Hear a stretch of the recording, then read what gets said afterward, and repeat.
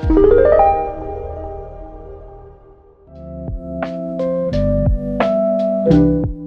everyone. Welcome to CultureTalk, where we share insights and learnings from leaders in arts and culture.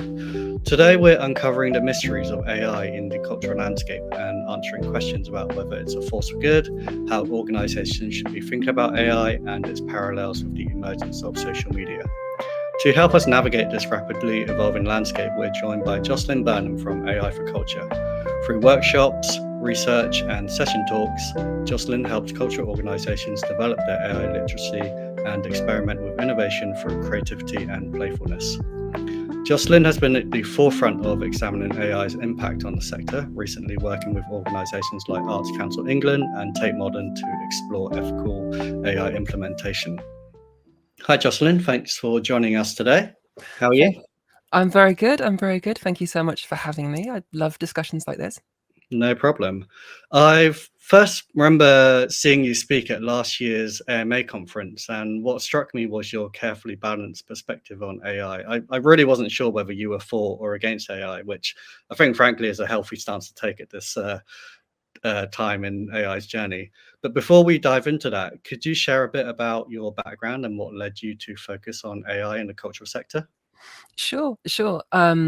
So yeah, I very much am neutral in terms of how I talk about AI and how I try to explore it, and I think that's a very important part of how we learn. And maybe I'll talk about that more later. For my own journey through culture and how I wound up at this job, which is a very strange one and one which I'm still surprised I seem to occupy. I've worked in the culture sector for maybe just over a decade. From regional theatres to Sadler's Wells. I was marketing campaigns manager of Brighton Dome, Brighton Festival, Music Theatre Wales. I was at Unboxed as well as the communications manager of that project. So lots of different things in the culture space, working with different types of work, different types of artists and organizations. And within that process, I always kind of had one foot in more of an interest capacity in tech, and especially in some of the ideas that were emerging in tech. I was always fascinated by what Google was doing, some of their lab experiments. I was always building little tools to see how we could integrate different ideas from tech into some of the work that we were doing in the culture sector. So I was always fascinated by that, and by also how many of the ideas from tech would fit really interestingly into some of the same conversations that were happening in the culture space. But often it didn't feel like the two groups were linked up very well. Things gradually started to become a little bit more AI focused around 2022. I had already been doing the occasional article about AI just on an interest capacity and putting it on my LinkedIn or whatever. But 2022 in the summer was when Midjourney came out, the first really capable, I would say, text-to-image generator. And within 24 hours of that coming out, I was hooked on it. I was experimenting with it. I was curious about it and what it could do and the conversations around it as well. And through experimenting with that, I very quickly realized that this was something that was going to have my attention in a very strong way for lots of different reasons that I'm sure we'll go into. And from that, I just wanted to talk more about it. And I also wanted to meet people who were talking about it and discover their reactions, their experiments too. And that led on to then me putting together talks where I would kind of share what I had discovered at that point. I was still not sure what I felt about it, but it was just what I discovered. And that led to different collaborations with people in that space.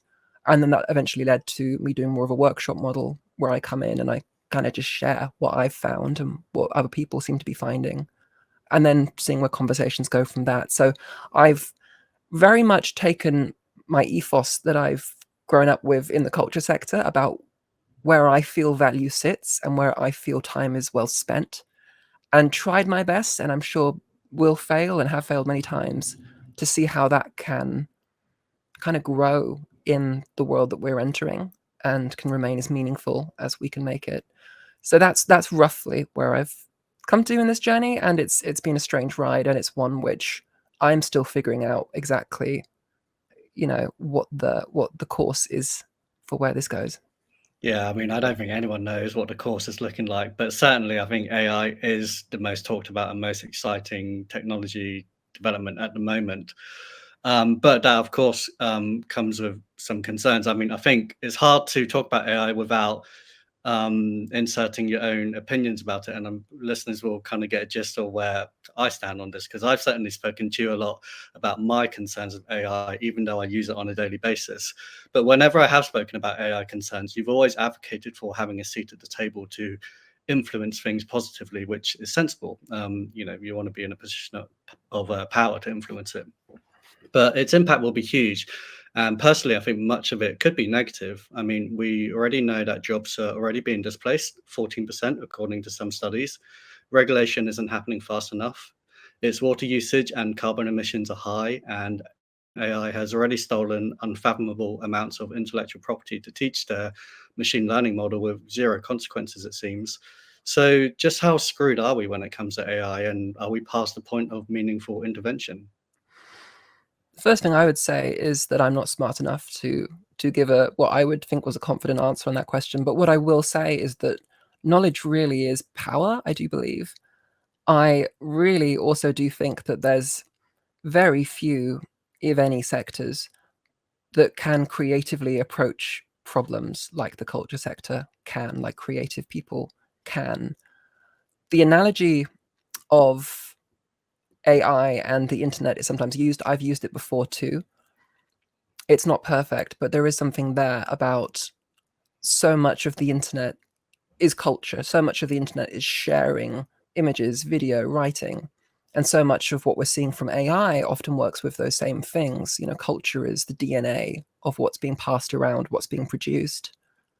And I think thinking that we don't have real influence in that, to me, that's crazy, because I think that we are the culture sector. We are the ones who are working with these ideas, who have access to incredible resources and audiences and artists and creators who want to make meaning, who want to share value, who want to engage people in ways and change the world, hopefully in ways that they feel is positive. So I don't think there's a group of people on Earth, who can't do more with tools, who can't do more to influence things once they understand how to use them.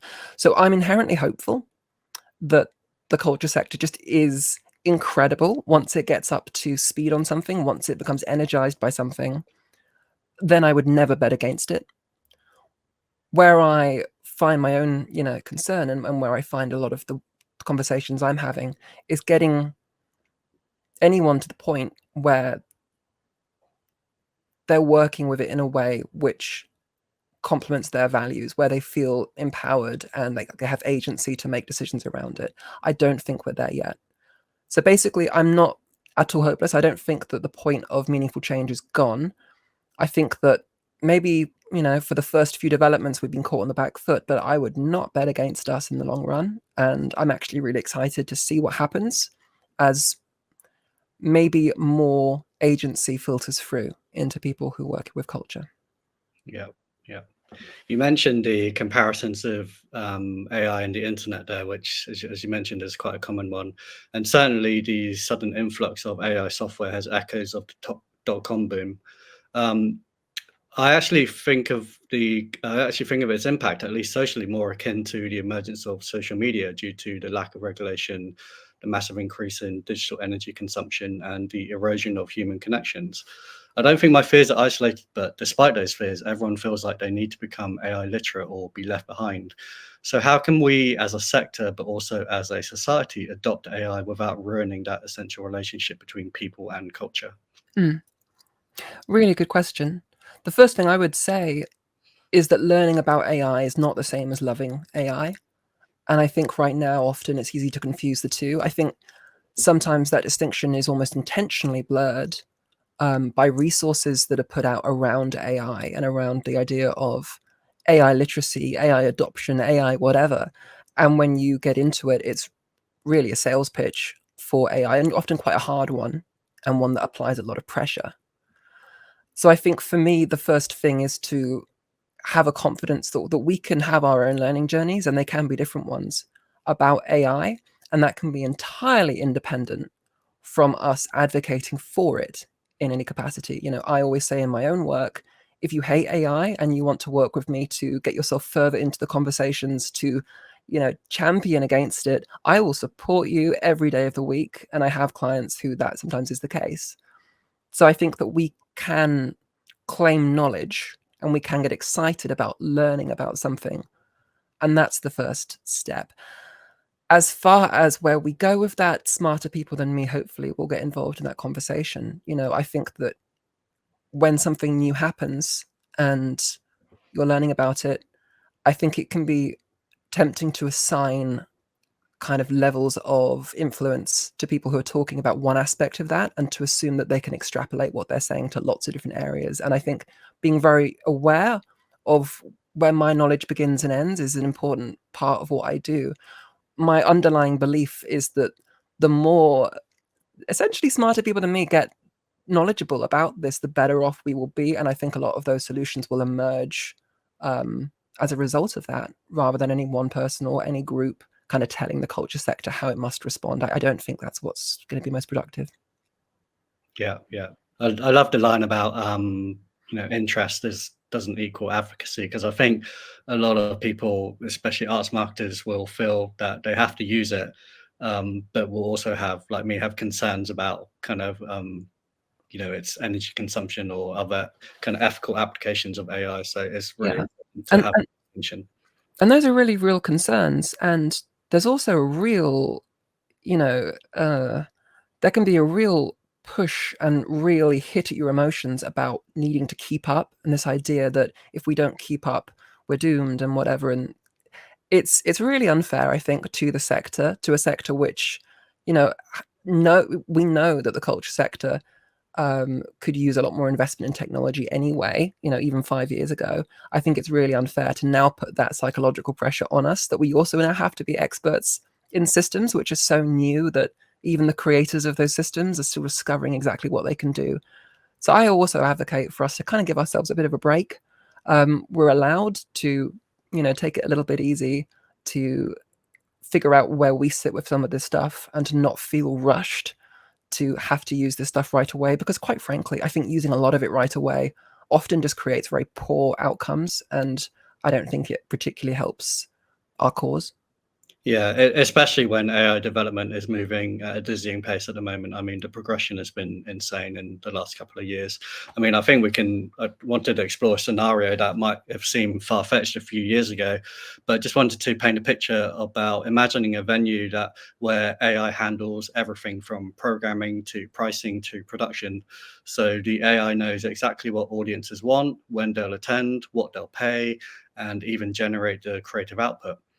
In this scenario, what elements of the cultural experience would be enhanced and what would be irretrievably lost? There's a lot there. There's a lot there. In a way, that's kind of what Netflix is, isn't it? It's meant to be all algorithmic, and it Yeah, serves you what you want. It will change the picture depending on what you want. Um, I can't really comment on what that could look like, or in what situations it would be applied to. But I also think it's worth remembering that it can be useful to think about the future we don't want, and then also use that perhaps as a provocation for the situation we have now, and to try and see where the contrasts are. When we're talking about choosing what sort of art forms are invested in or what is shown in our spaces, it is obviously a scenario that I don't think anyone wants, that is entirely or at all outsourced away from humans. But at the same time, we can use our fear of that as a starting point for conversations now, perhaps even in terms of, well, who gets to make those choices now? We know it's not democratic in a lot of organizations. We know it's still very weighted towards people from certain demographics or economic areas. We know that it's not equal access to these decisions currently in the culture sector. And so I'm always aware of, well, we don't know what the future is, but maybe we could still use some of our kind of root feelings about our concern there to have productive conversations that put us in good stead now, if having humans involved in lots of different stages of what kind of art we think is important. Great, let's celebrate those values. I don't know if that makes sense, but I just think that sometimes we can use our anxieties for positive discussions now rather than just having them as potential anxieties for the future. Yeah, I guess what I wanted to explore was the prospect of AI and in particular AGI having more influence on creative output.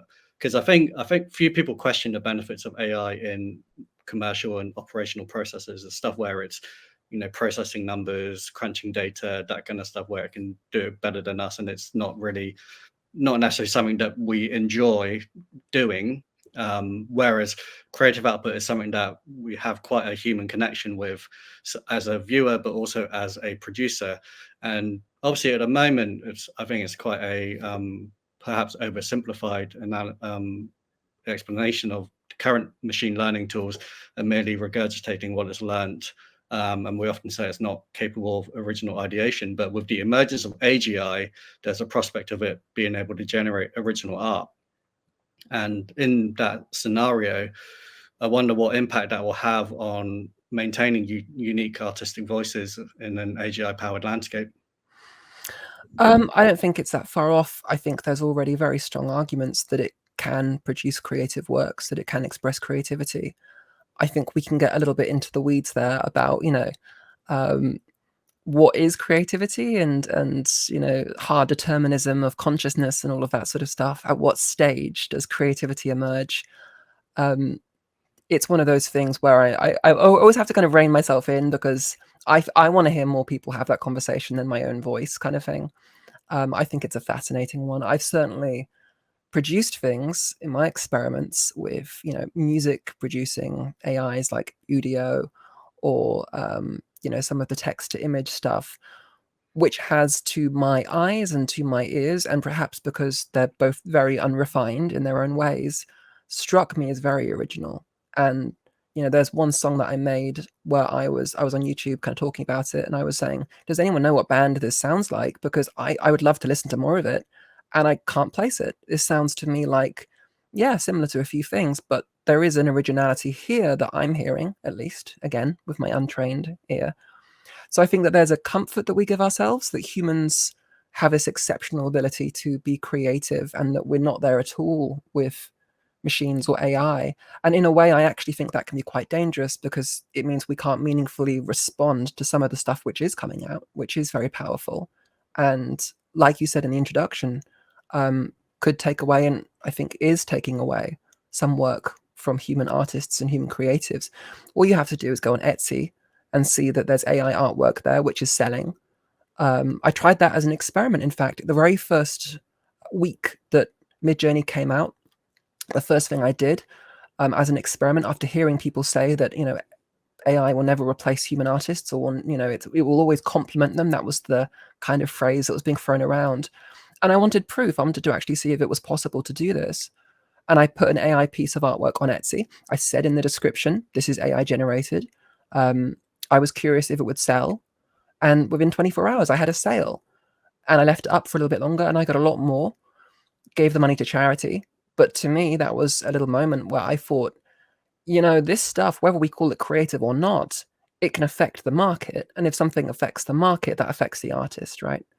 So I think the conversation around creativity is really interesting. And it's also one which I think we can do ourselves a service and sometimes look at the dollars and cents a little bit too, and be like, whether we call it creative or not might not always be the most important thing. The most important thing might be, how does this affect how sustainable it is to be a professional creative?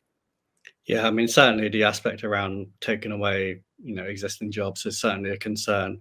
But I also wanted to dive into, you talked about human connections there. And obviously, at the moment, when we engage with a piece of art or music or a play, we often engage with the story, and the story often comes from a human element, someone's personal story or something like that. But it's probably not inconceivable for us to connect with an AI produced piece of art, even though there hasn't been a human behind it. I mean, certainly people probably do connect with music where they don't know the personal story of the artist, and that perhaps isn't too different to connecting with AI music, where you don't know whether it's been produced by AI or human or not. Do you feel like you would connect with AI art in that way when it's not got a human behind it? I think this is also a really interesting part of this discussion, is that as a sector and really, as a world, we don't agree on what AI produced content even is. We don't know where that line is always drawn. There are musicians who might have an AI help them write the bridge of a song. Is that now an AI song? There are photos that are taken with a pixel camera that affect the lighting. If you put that picture in a museum, is that now an AI generated image? The line of these things often is not clear cut. In fact, I think it's very rarely clear cut. Even a fully AI generated image, in quotes, might have still been selected by a human for a particular reason to express a particular, motivation. And that motivation itself is human. So where the line is drawn between this is an AI image or this is an AI piece of music feels like it should be intuitive. But in many of the discussions I've had, this is a classic thing which we hit a roadblock on because there is no real clear-cut way. Different organizations do come up with their own working definitions sometimes, but I think we should also, kind of do ourselves the service of realizing like how difficult it is to unpack one from the other and to accept that, a lot of work that we're going to see is going to be a combination of both. It's going to be a combination of using AI for some aspects and not for others. I was using an AI to help me analyze like my blood test results a few months ago, and it gave me some questions to ask my doctor. And I went to my doctor and I asked these questions, and they said, "Oh, that's a really good point. I hadn't thought of that. Okay, how about we change this?" And they actually said the words, "I hadn't thought of that." And to me, I was like, well, am I now going to be AI content because my medical care has been changed because of right? So it's this line is so confusing, and I think we need to be aware of the subtleties here of quite how difficult it is to describe what is AI and what isn't. Yeah, and it's certainly gonna get even harder as time goes on. And as well, people are obviously putting the prompts in, and a human is needed to use the AI tools to produce something. The most common use cases and visible examples of AI at the moment has been to create social media content. I've already seen some obviously AI generated imagery and messaging on LinkedIn that's being passed off as original content or regurgitating tired old tropes. But given the massive energy and water consumption of AI systems and our planet's finite resources, should we really be using AI to create disposable content for social media likes? Isn't this the kind of short-term thinking that kind of got us into our current environmental mess in the first place? Yeah, I think there's loads of stuff there that I would be very sympathetic to. If not only how much effort the culture sector spends on social media, perhaps as well, is also something that I would always be tempted to talk about. And a lot of it with when you can tell that it's AI generated is very poor. I still say that, there's no definitive test to know if text is AI generated, but there are definitely markers that you can look out for at this stage anyway, which are pretty clear indicators. My current favorite one is posts that use the EM dash. It's like a particularly long dash that goes between two words without a space. This isn't even a key on a standard keyboard, but you're seeing this pop up in posts everywhere. It's a very clear sign. But there's lots of stuff like that, where you can tell that it's already kind of everywhere, especially on LinkedIn. No, from a personal point of view, no, I don't think it produces very good content for social media, and I don't think that's a very good use case of it at this stage. That's my own personal opinion. You know, I see its strengths at this stage, maybe more for access, maybe more for, proofreading bits and pieces personally.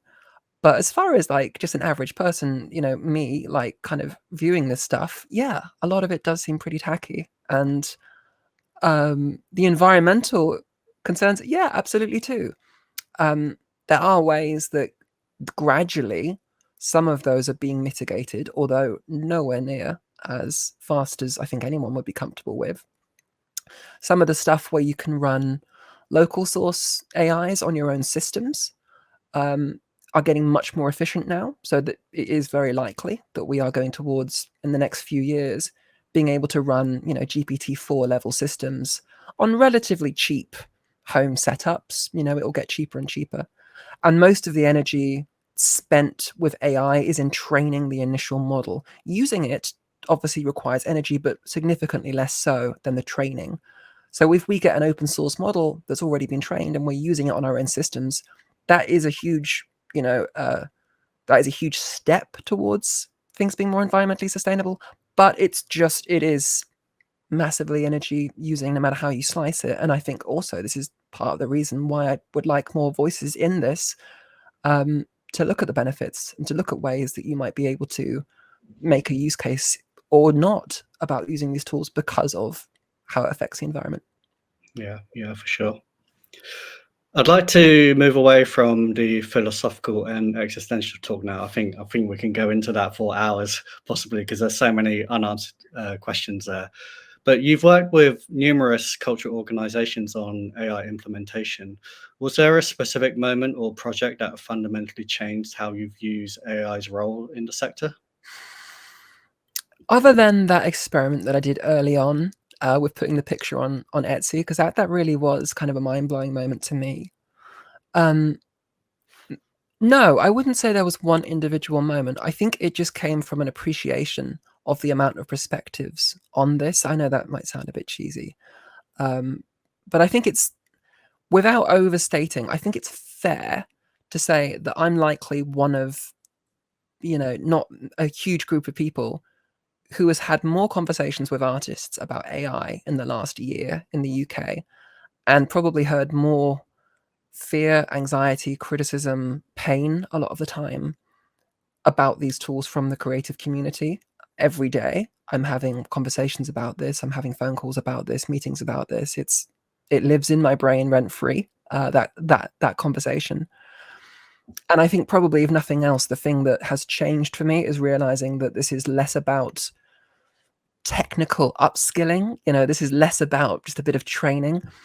This is actually a deeper emotional conversation, and being able to give weight and real meaning to that and really respect that has probably been the biggest shift for me, where I now spend much more of my time talking about how do we put ourselves in an emotional kind of state where we can sustainably self-learn about this stuff and feel empowered as we learn and feel playful about learning, and let go of that anxiety, rather than treating it like we're learning about Google Analytics or something. And I think that actually has been very difficult, both in my work, trying to find a way to make that work, and then also personally it's been very difficult. A lot of the places and companies that are producing these tools, quite frankly, have very hateful people who are involved in those processes, and some of the communities that do discuss these developments are not nice places. And having to keep one eye on the development side while also having one eye on the emotional side of how do we work with this stuff, that has been hard, actually. And so I think for me, it's been a greater appreciation of the emotional component of this, and realizing that it's not a story about how we technically adapt and how we update our systems and we become efficient. It's much more about how do we actually stay happy and stay focused and stay healthy and support each other. That's the conversation which I've realized is most important. Yeah, I have to say that's the thing that really struck me about your presentation I saw at AMA last year, the playfulness, and I just found it really engaging. And I think that's one of the best kind of aspects you bring to the conversation, and probably one of the things that most organizations are drawn to when they hear about you and your work. So yeah, I think you've struck that balance really well. Thank But you. I really appreciate that. And I think playfulness sounds a bit superficial on the surface. It's very specifically, the whole point is like, individual self-directed domain specific evaluation. That's kind of what you're doing. But by calling it playful, you take agency back, you stop the conversation, the anxiety that you normally have with it. You direct your own learning, you direct your own innovation. And I think play is a really important human ability to tackle problems. So it's not at all, fun and fun for the sake of fun. It's very much like play is the best evolutionary process we have for understanding different types of situations and responding to them in ways that we can kind of be proud of. Yeah, and I think play will form part of the answer to this question as well, that there's a growing pressure on organizations to adopt AI or risk being left behind, as we've mentioned before. But this obviously creates perfect conditions for vendors to exploit fears and misunderstandings and essentially missell AI tools that organizations don't need. So, in this case, how can organizations develop enough AI literacy to make informed decisions about what AI tools they actually need? The first thing is to talk to each other a lot, not to do this in a vacuum. One real advantage we have in the culture sector is we support all our organizations. We're not competing with each other. And I think sometimes we underplay actually quite how unique that is, that we are loads of different organizations all having the same conversations. And actually, we can use that to tremendous advantage in ways that perhaps people in the business community can't always do, because in effect, some of these things become kind of trade secrets in a way. We don't have to do that. So I would say, first of all, talking to colleagues about what they're using, what they've discovered is helpful, what they don't want to use, and make sure it's not just a conversation around what's good, but also the negative experiments in a way. That's definitely one thing. I would say hands-on experimentation with regards to also being very safe is very important too. Never pay money for a tool that you've just been bamboozled with buzzwords about. You should be able to actually experiment with a process yourself, in a way which you feel safe and sustainable about, maybe using some data that is completely safe, or it's been downloaded from a sandbox or something. You should be able to see the results with your own eyes about what makes sense for you. And then I think, finally, people are the best at their own jobs. I'm always really skeptical of anyone that comes into an organization and says to a whole room that this solution is going to be good for all of you. And I've just always thought that's just so arrogant. I would be proud to do one job competently. I certainly can't tell 12 people how to do their jobs or what's going to make their jobs better. So my whole thing is always be very skeptical of that. People should be entrusted to be the best at their own jobs. And really, all you should give people, hopefully, is an avenue to learning where they can then make the decision of if they want to integrate some of these tools or concepts into their work, or if they don't. To actually respect the fact that everyone is an expert in their own field, and then let go. So for me, it's like some critical thinking balanced with some experimentation and some continued dialogue, and also just being skeptical of anyone who is trying to sell you something that is going to make everyone's job easier and better all at the same time. It's a magical box that like, come on, give me a break. It's so part of it is that too. Yeah. And obviously, some organizations are able to kind of look into AI or look into implementing AI a bit better than others due to funding mechanisms. There is already a big divide between well-funded institutions and smaller organizations. Do you think AI democratizes culture by making tools more accessible, or does it accelerate existing inequalities? Really good question. And I think part of this is figuring that out and seeing what does happen. I think there are advantages to both, actually, to being in a big organization and a small one when it comes to new technology and to trying different things out. I've had amazing conversations with organizations like Art Fund, for instance, which are really integrating the idea of experimentation, in a very safe way with some of their processes, and they're very open about that. They talk about that. But also there are smaller organizations too. Maybe they just have two people in them a lot of the time who are also really engaged and are experimenting with different solutions and can move more nimbly because there's less of an organizational, kind of slowdown that happens. So there are advantages to both. Like on the one hand, you might have more financial resource in a large organization, but maybe you've got more constraints as well. Whereas you can move more nimbly in smaller ones. So I don't know. I actually don't know. I think it's the same with, again, not to overuse the analogy, but with the internet.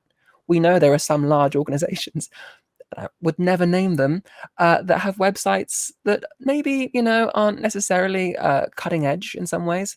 And yet you'll have, really smaller community groups or organizations that have incredibly original, interesting kind of online experiences, right? So I think the same is probably true of AI as well. As far as how it works in other capacities, I'm not sure.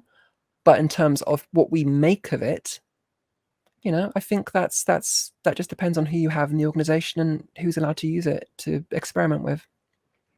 Yeah, and it's certainly, I think, something for us as a sector to keep an eye on, to make sure that that inequality doesn't widen through the application of AI. So something for us to keep an eye on. Another aspect of AI is the use of it for personalization. It's often touted that AI knows us better than ourselves, and this creates an interesting tension between personalization and serendipity in cultural experiences. How do we balance using AI for personalized recommendations while preserving the joy of unexpected artistic discovery? Is AI at the risk of creating an echo chamber in much the way that social media algorithms do? Yeah, I would think it is. I would think, again, it depends how it's applied. I think it depends on what the motivation is for why you're using it. Some of the work I'm doing now with some organizations is about using AI as part of a recommendation engine. So perhaps to, their frequent bookers and perhaps intelligent ways of suggesting other things. But then there is a conversation there about what are you actually trying to achieve? Are you trying to widen that individual's exposure to different types of art? Cool. Are you trying to increase the overall amount of tickets that they book? Cool. I understand that's obviously something we want to do too. What's the actual underlying motivation? And that is set by the human, right? That is something which is a decision of why you're using the tool in the first place. So I think it comes back to the motivation, really. I sometimes recommendations aren't bad. On Spotify, for instance, I'm often recommended music that I'm really glad I was recommended. It gets me out of my kind of normal things. We also know it can be done terribly. Look on YouTube for an example of that. There's a famous thing where if out of intellectual curiosity you watch a video which is very different, than what you'd normally watch, suddenly you're being suggested loads of stuff which is like extreme versions of what you just saw to lead you down, this kind of rabbit hole. So we know the dangers of it too, although I'm surprised that they still aren't addressed. So recommendations engines are as intelligent or as useful as the underlying motivation that we have for installing them in the first place. So I think it comes back down to human motivation and intent, really.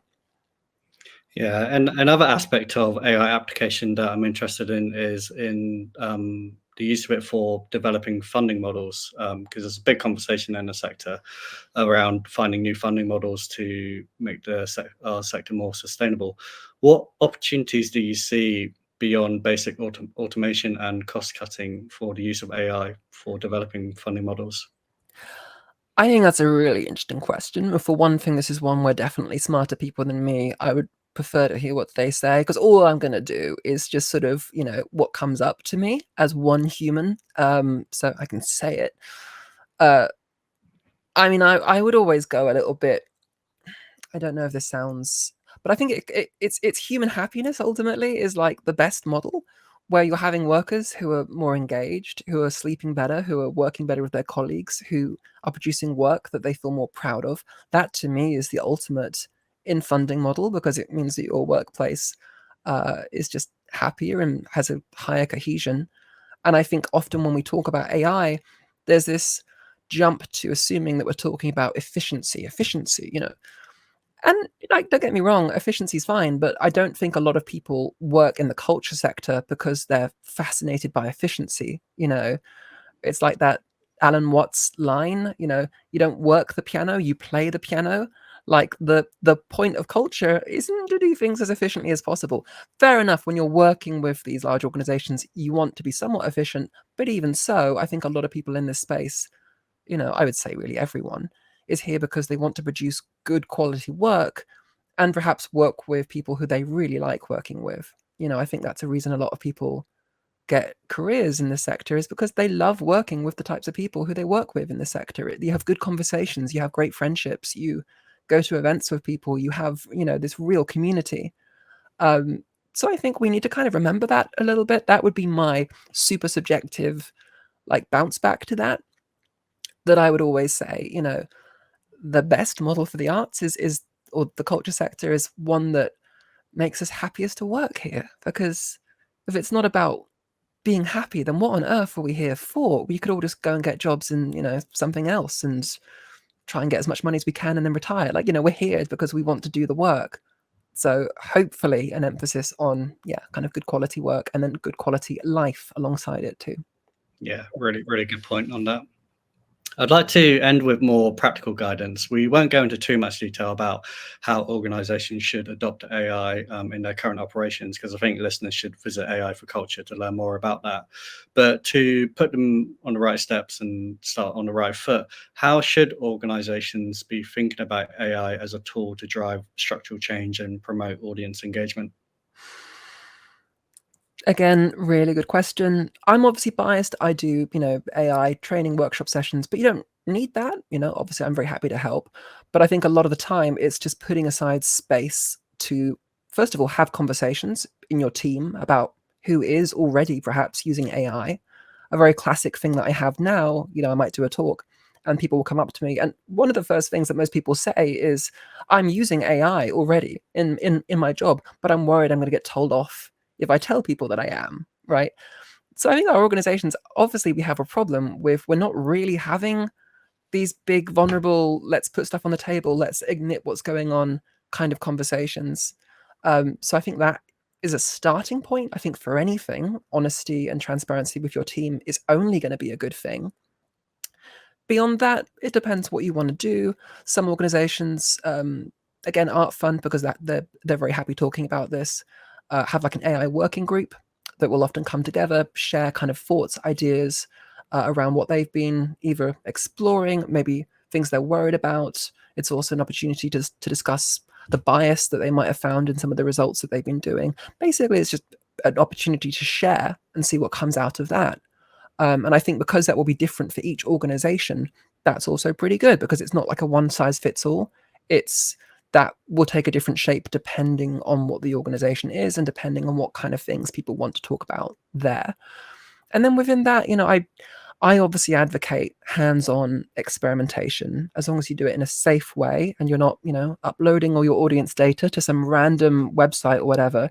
If you can really know that what you're doing is perfectly safe in terms of GDPR and all of this, I personally do advocate for hands-on experimentation to test the capabilities of these systems, see what they're good at, see what they're bad at, see what happens when you mix it up with a different system. You have two systems talking to each other. Just follow your interests as well. Kind of the whole philosophy of what I do in my work is I say, don't worry right now about what's most important for your job or what's most useful for your job. Instead, a great starting place is just what do you find most interesting, even if it feels completely removed from your day-to-day work. Because by following what's most interesting, you're going to start having better conversations with people where you're being a little bit more thorough about what tools you're using and why. You're going to start discovering technical concepts about what you find interesting, the training data, the bias, the censorship, the political ramifications, whatever. It's going to start leading you into areas of knowledge, which suddenly you can become more nimble and you can start to swap and change different ideas into different areas. And that's going to be helpful to you. So I think following your interest is a really good way to self-learn. But yeah, so that's kind of some starting points. It's transparency, self-learning, and just kind of building up your own sense of personal agency with these tools. Yeah, really nice final messages to end on. Well, thanks for your time today. It's been a really enlightening discussion. I've really enjoyed the grounding messages because I think a lot of people share my thoughts on. There's a lot of conflicting thoughts about using AI. It's kind of like you want to use it, but you kind of feel a bit unsure about the ethical nature of it and all that stuff. So I think your messaging around it has been really helpful and really kind of makes me not worry too much about diving into the weeds of using AI. So I hope that helps other people as well. Oh, thank you, Matt. I really appreciate that. And yeah, I would just echo again, learning is not loving. You can learn about something without loving it. And we should be excited to learn because the more we learn, the more power we have. I really do believe that. Yeah. And I appreciate you tackling some of the tough and slightly unanswerable questions I've thrown at you today as well, around philosophy and the existential use of AI. So you've given us a lot to think about, not just about AI's potential impact on the cultural sector, but how we can approach it more thoughtfully and strategically. So I think for those interested in developing their AI literacy or getting practical guidance on implementation, you can learn more with Jocelyn at aiforculture.com. As I said earlier, Jocelyn runs regular workshops, does session talks, and helps cultural organizations navigate the AI landscape, whether you're starting to explore AI in the beginning steps or looking to develop a more comprehensive strategy. And of course, you can follow Jocelyn on LinkedIn and Twitter to stay updated on the latest developments. I love the content you put out there when you're experimenting with the latest tools. So really worth giving a follow and see the crazy stuff that you've kind of done with AI recently. But yeah, thanks again for your time today, Jocelyn. I hope we can dive deeper into some of these topics in the future. I mean, we're still in such early stages of the conversation. I'd love to kind of come back in maybe a year's time and see where we've got to, and what slightly terrifying things have been emerging in the next year or so. But otherwise, I've really enjoyed our chat. Thank you, Matt. Me as well. I've really enjoyed this. And yes, let's do a yearly check-in, because I think there'll be a lot more, good, bad, and other to explore as we kind of move forward Yeah, through absolutely. this. Yeah, absolutely. Well, enjoy the rest of your week, and I'll speak to you soon. Thank you very much. You too. Take care. Bye.